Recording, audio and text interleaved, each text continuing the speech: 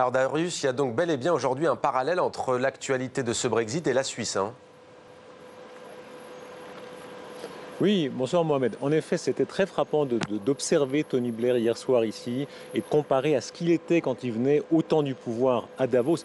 C'était vraiment le Tony Blair conquérant, c'était ce Royaume-Uni qui jouait, vous savez, sur les deux tableaux, l'alliance américaine et le pilier européen. Et là, au contraire, en Royaume-Uni, désorienté, Blair dit qu'il faut revoter, mais il n'est même pas sûr que le résultat sera différent sur le Brexit. Et face à lui, une Europe très ferme, très intraitable. Le commissaire Pierre Moscovici nous l'a confirmé encore ce matin. Très intraitable aussi, vous avez raison, vis-à-vis de la Suisse. C'est exactement la même stratégie. Il y a aussi un conflit avec la Suisse. Et l'Europe, paradoxalement, parce qu'elle est un peu affaiblie, un peu fragilisée, ne peut pas se payer le luxe d'une forme de concession ou de générosité. Et Darius, ce forum de Davos cette année est marqué par l'absence du président français Emmanuel Macron, qui était pourtant la coqueluche il y a un an pour l'édition 2018. En quoi cette absence est-elle révélatrice ?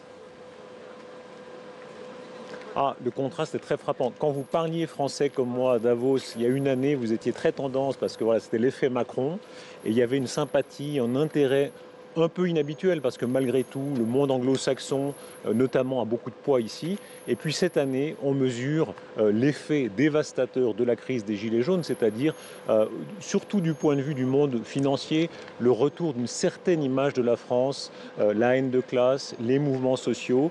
Et beaucoup de ces hommes d'affaires qui ricanaient un peu il y a un an, qui disaient « Attendez, on va voir ce que c'est » quand Emmanuel Macron disait « La France est de retour », évidemment aujourd'hui ont l'impression d'avoir eu raison, vrai ou faux. Et il y a un moment comme ça de nouveau où on sent l'intérêt porté aux autres puissances, aux puissances montantes, Inde, Brésil, Chine, malgré leurs problèmes relatifs. Je rencontrais tout à l'heure le patron d'une grande multinationale suisse qui me disait, il ne le dirait pas face caméra, mais la Chine, bien sûr, c'est une dictature, bien sûr, il y a la reconnaissance faciale policière, etc., mais ça marche, alors que l'Europe, malgré tout, est sur une pente petit à petit descendante. Vrai ou faux, en tout cas, c'est une image qui, de plus en plus, se réinstalle ici à Davos. Darius, peut-être juste quelques mots pour finir. Tous les regards sont aussi braqués sur le nouveau président du Brésil, Jair Bolsonaro, président ultra-conservateur. Quel a été l'accueil lorsqu'il s'est exprimé hier? Est-ce qu'il y avait une sorte de malaise ou est-ce que c'était normal?